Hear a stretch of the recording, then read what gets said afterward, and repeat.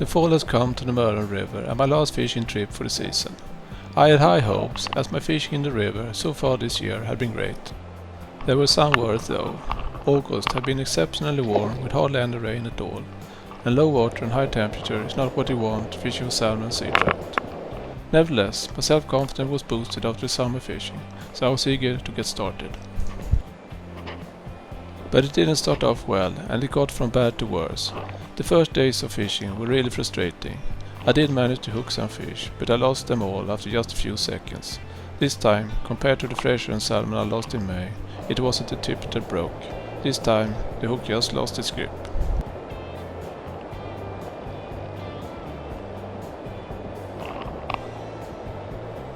I know, it's a part of the game. You win some and you lose some, but now I was losing every single fish. And I can tell you, that was not what I wanted.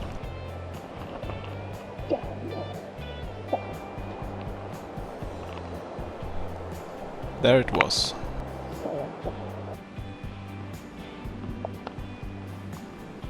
And when I finally managed to land the fish, it was the wrong species. So, what to do? In my frustration I decided to tie a new fly, and my idea was to create a brightly colored wing fly for fishing in faster waters. I named it Golden Eye, and it was an instant success. I actually hooked this salmon and fished with the fly for less than 3 minutes. Crazy. Alright, here we go again.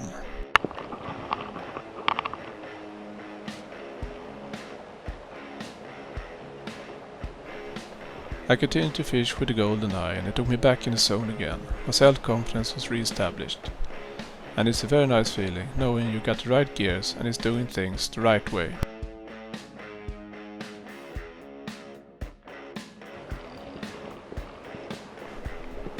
I'm trying to carefully guide the fish between the stones.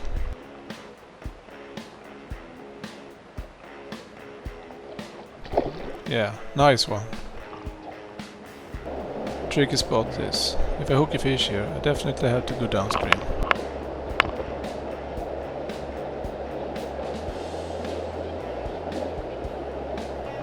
Well, lots of slippery stones and boulders here, and some of them were loose and I couldn't distinguish one from the other. So it was a little bit like doing parkouring, but out in the wild. In some way I survived, and the fish was still on. It's hard work preying salmon.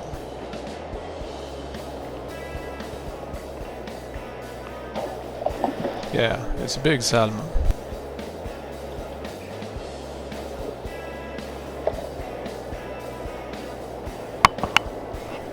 In the end, the fish got tired and I could easily land this female salmon. It's always nice to see them swim back again. All fish are individuals. Some are rather lazy, others fight hard to the bitter end. This hunt went totally bananas right from the start, and I was glad I had a stronger elastic monotippet instead of a fragile floor carbon.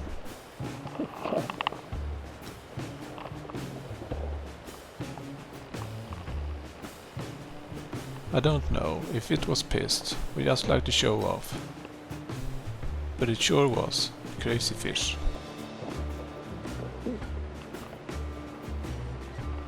It's gonna jump again. Yeah, I love that. It's a 10-kilo fish, right there.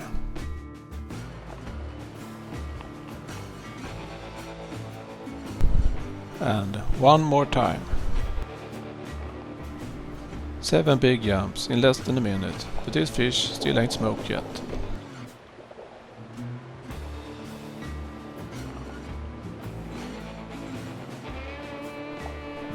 Yeah, just like a beater, right there.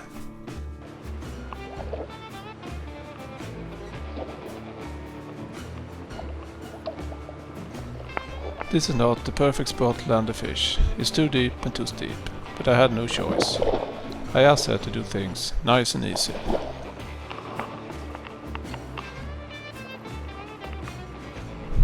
And finally, I got a hold on it. And there it is, a true fighter at its best. This magnificent fish was probably a hybrid between salmon and sea trout, considering the weight fault.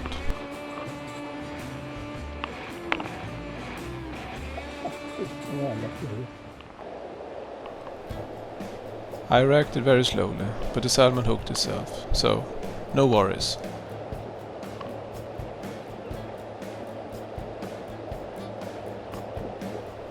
It was a small fish though, say 3 kilo.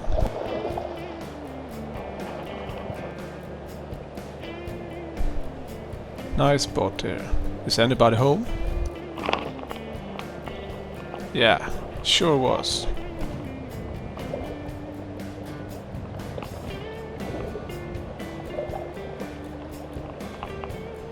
And there it is, a 4 kilo male salmon.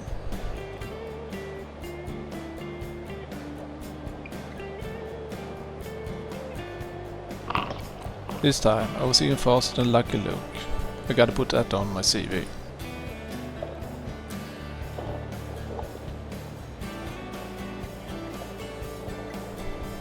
The salmon is trying a last breakaway in the tea-colored water.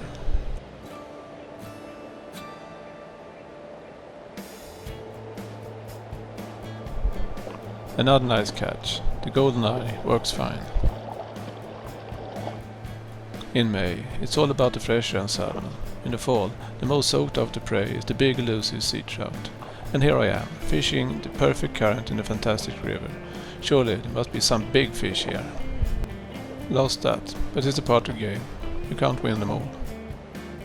This is actually a perfect example how to not fish a current. Instead of focus on fishing, I'm focused on wading.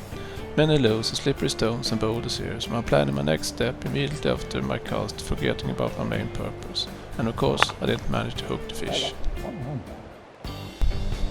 This, on the contrary, is a good example how to fish this current. I'm in the right position from the start and I'm not moving. Instead, I pull half a meter line from the reel before each cast, focusing to keep the fly in the current. Fish on! It feels like a big one.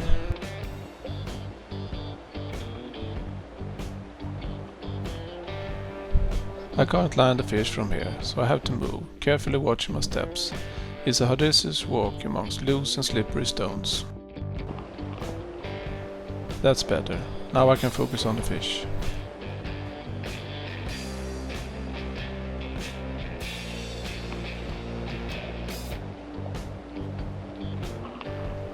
I got the first glimpse of the fish. It looked like a male sea trout. This could be a catch to remember.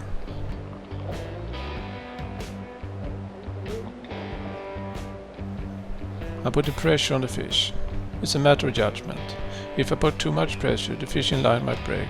If I'm too gentle, the fish might die of stress. That's not what I want. I want to catch and release this beauty.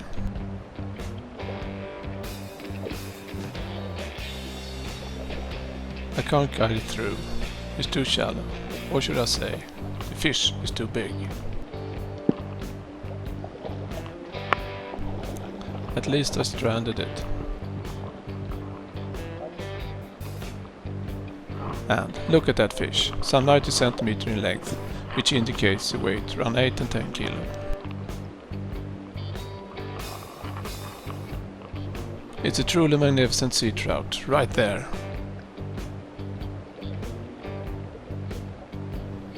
And it's keen to get back.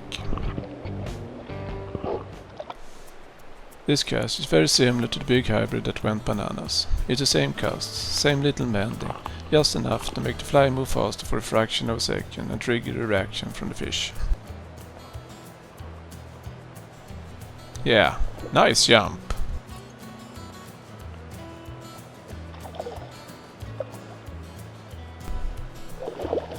I just had to take it easy here.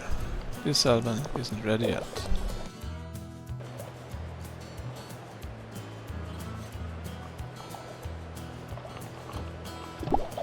This salmon was smaller and therefore much easier to land.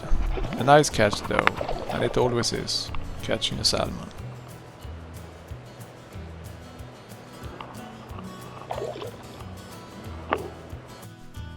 And this is the fly I used, my own creation, golden eye. I caught all fish in this video on this pattern. You can see how to tie golden eye in a special fly tying video on my YouTube channel, Drjohntheangler.